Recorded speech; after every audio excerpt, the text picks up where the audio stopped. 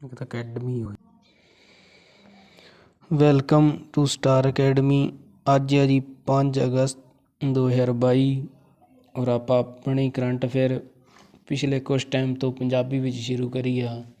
I hope ਕਿ ਤੁਹਾਨੂੰ ਪਸੰਦ ਆ ਰਹੀ ਹੋਏਗੀ ਔਰ ਤੁਸੀਂ ਆਪਣੇ ਆਉਣ ਵਾਲੇ ਪੇਪਰਾਂ ਦੀ ਤਿਆਰੀ ਬਹੁਤ ਹੀ ਸਹੀ ਢੰਗ ਨਾਲ ਸਹੀ ਵੇ ਨਾਲ ਕਰ ਰਹੇ ਹੋਗੇ।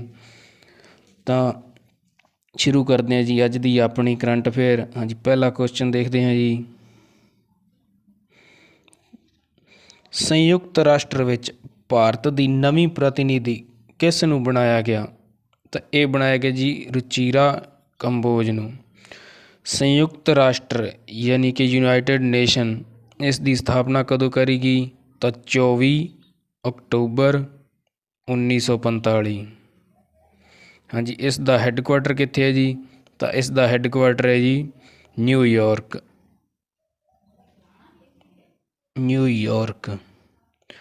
ਔਰ ਯੂਨਾਈਟਿਡ ਨੇਸ਼ਨ ਵਿੱਚ ਯਾਨੀ ਕਿ ਸੰਯੁਕਤ ਰਾਸ਼ਟਰ ਵਿੱਚ ਹੁਣ ਤੱਕ ਕੁੱਲ ਕਿੰਨੇ ਦੇਸ਼ ਸ਼ਾਮਿਲ ਹੋ ਚੁੱਕੇ ਹਨ? ਤਾਂ 193 ਦੇਸ਼ ਸ਼ਾਮਿਲ ਹੋ ਚੁੱਕੇ ਹਨ। ਇਹ ਤੁਸੀਂ ਐਕਸਟਰਾ ਇਨਫੋਰਮੇਸ਼ਨ ਨੋਟ ਕਰ ਲੈਣਾ ਜੀ। ਦੇਖਦੇ ਹਾਂ ਜੀ ਨੈਕਸਟ ਕੁਐਸਚਨ। ਚਿਰਾਗ ਯੋਜਨਾ ਕਿੱਥੇ ਸ਼ੁਰੂ ਕਰੀ ਗਈ? ਤਾਂ ਚਿਰਾਗ ਯੋਜਨਾ ਸ਼ੁਰੂ ਕਰੀ ਗਈ ਜੀ ਹਰਿਆਣੇ ਵਿੱਚ। ਚਿਰਾਗ ਯਾਨੀ ਕਿ chief minister equal education relief assistance and grant ਯੋਜਨਾ। ਹਾਂਜੀ, ਇਸ ਦੇ ਵਿੱਚ ਕੀ ਹੋਏਗਾ ਜੀ? ਜੋ ਸਰਕਾਰੀ ਸਕੂਲ ਵਿੱਚ ਪੜ੍ਹ ਰਹੇ ਬੱਚੇ ਹਨ ਉਹਨਾਂ ਨੂੰ, ਜੋ ਪ੍ਰਾਈਵੇਟ ਸਕੂਲਾਂ 'ਚ ਪੜ੍ਹਾਉਣਾ ਚਾਹੁੰਦੇ ਹਨ ਆਪਣੇ ਬੱਚਿਆਂ ਨੂੰ, ਉਹਨਾਂ ਨੂੰ ਕੀ ਹੈ ਗ੍ਰਾਂਟ ਦਿੱਤੀ ਜਾਏਗੀ ਤਾਂ ਜੋ ਆਪਣੇ ਬੱਚਿਆਂ ਨੂੰ ਵੀ ਚੰਗੇ ਸਕੂਲ ਪ੍ਰਾਈਵੇਟ ਸਕੂਲ ਵਿੱਚ ਪੜ੍ਹਾ ਸਕਣ, ਜੋ ਕਿ ਸਰਕਾਰੀ ਸਕੂਲ ਤੋਂ ਪ੍ਰਾਈਵੇਟ ਸਕੂਲ ਵਿੱਚ ਉਹਨਾਂ ਦਾ ਐਡਮਿਸ਼ਨ ਹੋ ਸਕੇ। ਇਸ ਲਈ ਉਹਨਾਂ ਨੂੰ ਕੀ ਆ ਗ੍ਰਾਂਟ ਦਿੱਤੀ ਜਾਏਗੀ।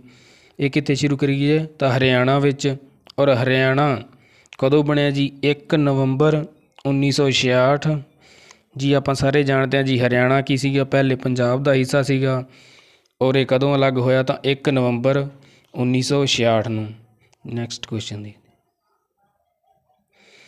ਕੇਂਦਰੀ ਸਤਰਤਾ ਆਯੁਕਤ ਕਿਸ ਨੂੰ ਬਣਾਇਆ ਗਿਆ? ਤਾਂ ਇਹ ਬਣਾਇਆ ਗਿਆ ਜੀ ਸੁਰੇਸ਼ ਐਨ ਪਟੇਲ ਨੂੰ।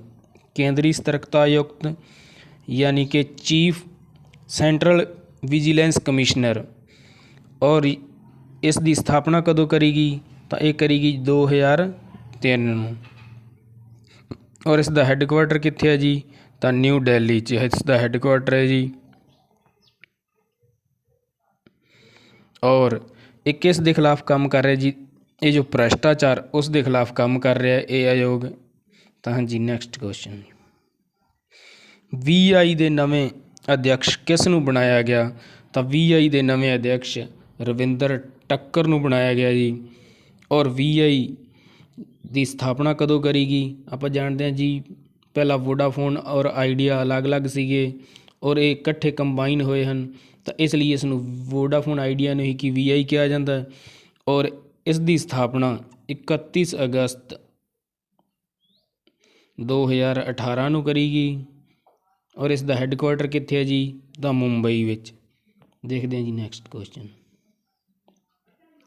3 ਦਿਵਸੀय ਮੌਦਰਿਕ ਨੀਤੀ ਸਮਿਤੀ ਦੀ ਬੈਠਕ ਕਿੱਥੇ ਕੀਤੀ ਗਈ? ਤਾਂ ਇਹ ਕਿੱਥੇ ਕਰੀ ਗਈ ਜੀ? ਮੁੰਬਈ ਦੇ ਵਿੱਚ। ਔਰ ਮੁੰਬਈ ਨੂੰ ਕੀ ਹੈ ਪਹਿਲਾਂ ਪਹਿਲਾਂ ਨਹੀਂ, ਕਿਉਂਕਿ ਮੁੰਬਈ ਨੂੰ ਭਾਰਤ ਦੀ ਆਰਥਿਕ ਰਾਜਧਾਨੀ ਕਿਹਾ ਜਾਂਦਾ ਹੈ ਜੀ। ਹਾਈ ਜੰਪ ਵਿੱਚ ਪਹਿਲਾ ਕਾਂਸੇ ਪਦਕ ਯਾਨੀ ਕਿ ਹਾਈ ਜੰਪ ਵਿੱਚ ਪਹਿਲਾ ਪਦਕ ਕਿਸ ਨੇ ਜਿੱਤਿਆ? ਤਾਂ ਉਹ ਜਿੱਤੇ ਤੇਜਸਵਨੀ ਸ਼ੰਕਰ ਨੇ। ਔਰ ਇਸ ਨੇ ਕਿਹੜਾ ਪਦਕ ਜਿੱਤਿਆ? ਤਾਂ ਕਾਂਸਾ ਜਿੱਤਿਆ। ਯਾਨੀ ਕਿ ਜੋ ਕਾਮਨਵੈਲਥ ਗੇਮ ਚੱਲ ਰਹੇ ਹਨ ਉਸ ਦੇ ਵਿੱਚ ਭਾਰਤ ਨੂੰ ਹਾਈ ਜੰਪ ਵਿੱਚ ਪਹਿਲਾ ਪਦਕ ਤੇਜਸਵਨੀ ਸ਼ੰਕਰ ਨੇ ਦਿਵਾਇਆ। ਔਰ ਕਿਹੜਾ ਪਦਕ ਦਿਲਵਾਇਆ ਜੀ? ਤਾਂ ਕਾਂਸਿਆ ਜੀ। ਨੈਕਸਟ CWG ਯਾਨੀ ਕਾਮਨਵੈਲਥ ਵਿੱਚ ਗੁਰਦੀਪ ਸਿੰਘ ਨੇ ਕਿਹੜਾ ਮੈਡਲ ਜਿੱਤਿਆ? ਤਾਂ ਗੁਰਦੀਪ ਸਿੰਘ ਨੇ ਕਾਂਸਿਆ ਮੈਡਲ ਜਿੱਤਿਆ। ਔਰ ਕਿਹੜੀ ਗੇਮ ਜੀ? ਵੇਟ ਲਿਫਟਿੰਗ ਵਿੱਚ ਗੁਰਦੀਪ ਸਿੰਘ ਨੇ ਕਾਂਸਿਆ ਪਦਕ ਜਿੱਤਿਆ। ਔਰ ਗੁਰਦੀਪ ਸਿੰਘ ਕਿੱਥੋਂ ਦਾ ਰਹਿਣ ਵਾਲਾ ਜੀ? ਇਹ ਰਹਿਣ ਵਾਲਾ ਜੀ ਖੰਨਾ, ਪੰਜਾਬ। ਇਹ ਤੁਸੀਂ ਨੋਟ ਕਰ ਲੈਣਾ ਹੈ। ਤਾਂ ਹੁਣ ਤੱਕ ਭਾਰਤ ਨੇ ਕੁੱਲ ਕਿੰਨੇ ਮੈਡਲ ਜਿੱਤ ਲਏ ਹਨ? ਤਾਂ ਹੁਣ ਤੱਕ ਭਾਰਤ ਨੇ ਕੁੱਲ 19 ਮੈਡਲ ਜਿੱਤ ਲਏ ਹਨ, ਜਿਸ ਦੇ ਵਿੱਚੋਂ ਆਪਾਂ ਕੱਲ੍ਹ ਡਿਸਕਸ ਕਰੇ ਸੀਗੇ 5 ਗੋਲਡ, 7 ਸਿਲਵਰ ਔਰ 7 ਹੀ ਕਾਂਸਿਆ, ਯਾਨੀ ਕਿ ਕੁੱਲ 19 ਮੈਡਲ ਭਾਰਤ ਨੇ ਜਿੱਤ ਲਏ ਹਨ। ਆਇਲ ਇੰਡੀਆ ਦੇ ਨਵੇਂ CMD ਕਿਸ ਨੂੰ ਬਣਾਇਆ ਗਿਆ? ਤਾਂ ਆਇਲ ਇੰਡੀਆ ਦੇ ਨਵੇਂ CMD ਬਣਾਇਆ ਗਿਆ ਜੀ ਰਣਜੀਤ ਰੱਥ ਨੂੰ। ਔਰ ਆਇਲ ਇੰਡੀਆ ਦੀ ਸਥਾਪਨਾ ਕਦੋਂ ਹੋਈ? ਤਾਂ 1959 ਵਿੱਚ ਆਇਲ ਇੰਡੀਆ ਦੀ ਸਥਾਪਨਾ ਕਰੀ ਗਈ। ਔਰ ਇਸ ਦਾ ਹੈੱਡਕੁਆਟਰ ਕਿੱਥੇ ਹੈ ਜੀ? ਤਾਂ ਹੈੱਡਕੁਆਟਰ ਹੈ ਜੀ ਨੋਇਡਾ ਵਿੱਚ। ਔਰ CMD ਯਾਨੀ ਕਿ ਚੀਫ ਮੈਨੇਜਿੰਗ ਡਾਇਰੈਕਟਰ, ਤਾਂ ਉਹ ਕਿਸ ਨੂੰ ਬਣਾਇਆ ਗਿਆ ਜੀ? ਰਣਜੀਤ ਰੱਥ ਨੂੰ। ਡੂ ਡਿਫਰੈਂਟ ਦਾ ਅਨਟਲਡ ਧੋਨੀ ਇੱਕ ਪੁਸਤਕ ਹੈ ਜੀ। ਔਰ ਇਸ ਨੂੰ ਕਿਸ ਨੇ ਲਿਖਿਆ? ਤਾਂ ਇਸ ਬੁੱਕ ਨੂੰ ਕਿਸ ਨੇ ਲਿਖਿਆ? ਤਾਂ ਅਮਿਤ ਸਿਨਹਾ ਔਰ ਜੋਏ ਭੱਟਾਚਾਰਿਆ, ਇਹਨਾਂ ਨੇ ਦੋਨਾਂ ਨੇ ਮਿਲ ਕੇ ਕੀ ਆ ਇਹ ਪੁਸਤਕ ਲਿਖੀ ਆ, ਜਿਸ ਦਾ ਕੀ ਨਾਮ ਆ do different the untold Dhoni. ਔਰ ਕੀ ਹੈ ਧੋਨੀ ਦੀ ਬਾਇਓਗ੍ਰਾਫੀ 'ਤੇ ਹੋਏਗੀ। ਉਹ ਤੋਂ ਇਹਨਾਂ ਨੇ ਕਿਹਨਾਂ ਨੇ ਲਿਖੀ ਹੈ ਜੀ? ਅਮਿਤ ਸਿਨਹਾ ਅਤੇ ਜੋਏ ਭੱਟਾਚਾਰਿਆ ਨੇ। ਹਾਂਜੀ, ਉਮੀਦ ਆ ਤੁਸੀਂ ਆਪਣੀ ਤਿਆਰੀ ਬੇਖੂਬੀ ਕਰ ਰਹੇ ਹੋਗੇ। ਔਰ ਆਉਣ ਵਾਲੇ ਐਗਜ਼ਾਮ ਲਈ ਤੁਹਾਨੂੰ ਸਭ ਨੂੰ ਆਲ ਦਾ ਬੈਸਟ।